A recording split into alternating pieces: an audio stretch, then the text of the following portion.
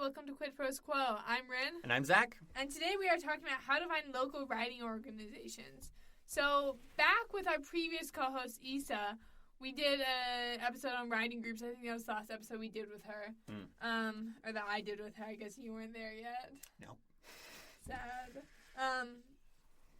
But this is slightly different than a writing group. Zach, do you want to explain the difference between a writing group and a writing organization? Yeah, so a writing group is somebody that you go to for, that you workshop your manuscript with. Think of it as like a personal workshop that you can keep going back to kind of thing.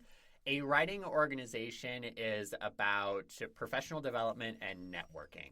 So you should think about it in the same sense as like a union, but not a union because there's no like collective bargaining there, or like a professional association like the American Association of Dentists, which I know about because my dad is a dentist. That's what a writing organization is. Awesome. So we have a few reasons why you should find and join a writing organization. First being resources, baby. Yeah, a lot of writing organizations have really cool resources for their members. So as an example, some writing organizations have publishing opportunities that are only open to the members of the organization, like short story anthologies, which are a great opportunity for you to get published, especially because the competition is a lot lower. It's not lower, it's not as broad. Those are two different things. It's not as broad. There aren't as many people competing for inclusion in a organization anthology than in a general journal. It also opens up opportunities to network with other authors as well as other industry professionals like editors and cover artists and copy editors and typesetters and publicists. Like, when you have these connections, you can connect with other people who you need. So if you are going self-publishing, that's really helpful because it can take a lot of time and effort to try and sift through the hundreds of thousands of people on the internet who want to take your money to do something for your self-pub book.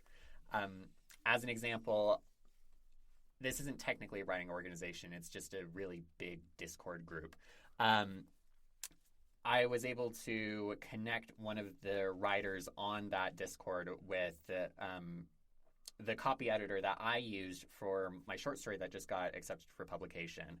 And that's the kind of thing that you get inside of a writing organization is somebody says, oh, I'm looking for such and such a thing. And then you have 4 or 5 people who say, oh, I found such and such a thing. Let me give you the resource kind of thing. So it can save time that way. That's awesome. So then I guess that's what a writing organization is and why they're useful. Mm-hmm. Let's talk about like the title of the episode, how to find it. Yeah. So I think your first step is to ask your librarian. So go to the county library and ask your librarian. They're a good place to start for information that they may know. And if they don't know, they almost certainly know how to find it. Librarians are really good at finding information. That's what they do. There's the possibility that the writing organization even meets at your local library, as it's the case of the local writing organization that I attend once a month. Very cool. It meets at the library, so that was a good way to find it.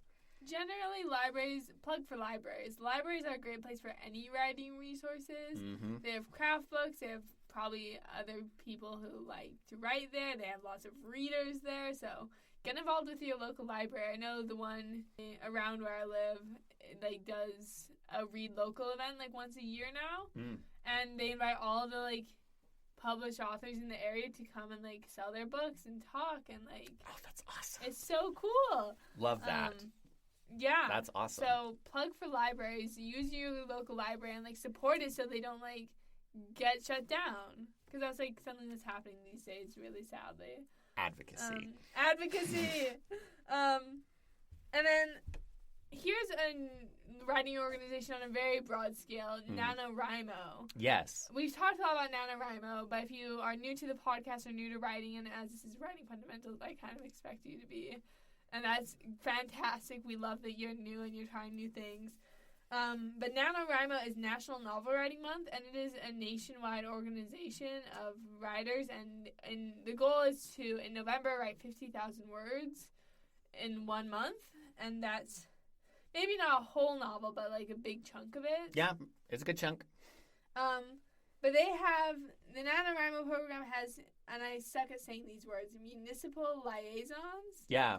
Perfect. That do local write-ins. You can reach out to them and like see what they're doing in your area, and if there's not really a one for your area, like it depends on where you live and how close they are. Mm-hmm. The ones here in like Provo County are like really tight knit, and there's like a Discord server for the Provo County. There's also, but then like the rest of Utah is just one elsewhere group. So it depends on where you live whether or not this resource will be available to you. Yeah. Even if you aren't able to meet in person with your NaNoWriMo group, you can still access resources through the other people who are part of the group and figure out what's out there and just ask what's out there. Nano is available throughout the United States. There are even international chapters as well, so you can reach out to them wherever you live. Again, depending on where you live, meeting in person may or may not be possible. The other thing is that you can reach out to them even outside of November. They do something called Camp NaNoWriMo, which is a choose-your-own-adventure for National Novel Writing Month during the months of April and I think it's June, sometime in the summer. And those are kind of the 3 periods of the year where you can actually get in contact with somebody and have a good likelihood of them responding. Because outside of those times, it's a little iffy. Yeah, absolutely. So you found a local writing organization. Now what? Like, are there member fees to them? What else do we know about writing organizations? Yeah, those are good questions. Some writing organizations do not charge a fee for you to attend their meetings. So you don't need to be a paying member to attend their meetings and access some of those resources. Membership fees for writing organizations are, in many cases, very low. Like, we're talking like $30 a year kind of thing as just like an example number from a local writing organization that I attend. So even if you are you're not ready to put forward that financial commitment, you can still go and still meet people, and it's still a great resource. Once you do, you're going to want to go in person and meet people. So if you're nervous, if you have social anxiety, hype yourself up, bring a friend, do what you need to do in order to actually go and meet people, because the face-to-face interaction is going to be 1,000 times better than the Discord interaction or chat rooms that you might otherwise do. And I would say that everyone there has one time been the new person in the group. Yes. So they get when they're there. And my experience with writers is they're actually very friendly creatures. Like, they will come up and talk to you if they notice you looking like a little lonely. At least the more extroverted ones will. Yeah. And I mean, many are introverted, so they get it. They get it. So if you look enough like a sad puppy, someone may adopt you. So when you're actually there and you're actually talking to people, it's going to be helpful to have just a little something that is called an elevator pitch to describe who you are and what you write.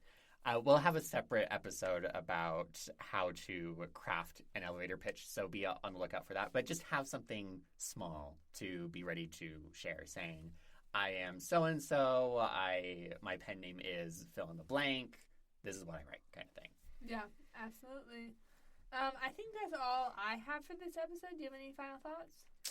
I would just reiterate that writing organizations are really, really cool.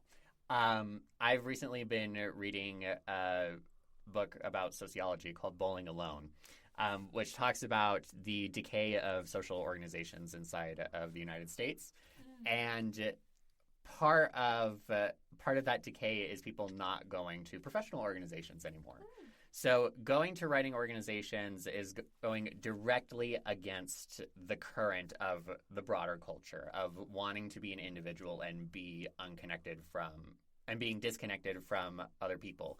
But there are lots of material benefits that we talked about at the top of the show to joining a writing organization. The resources, the publishing opportunities, the networking, the ability to, hone your craft. Some writing organizations host writing conferences.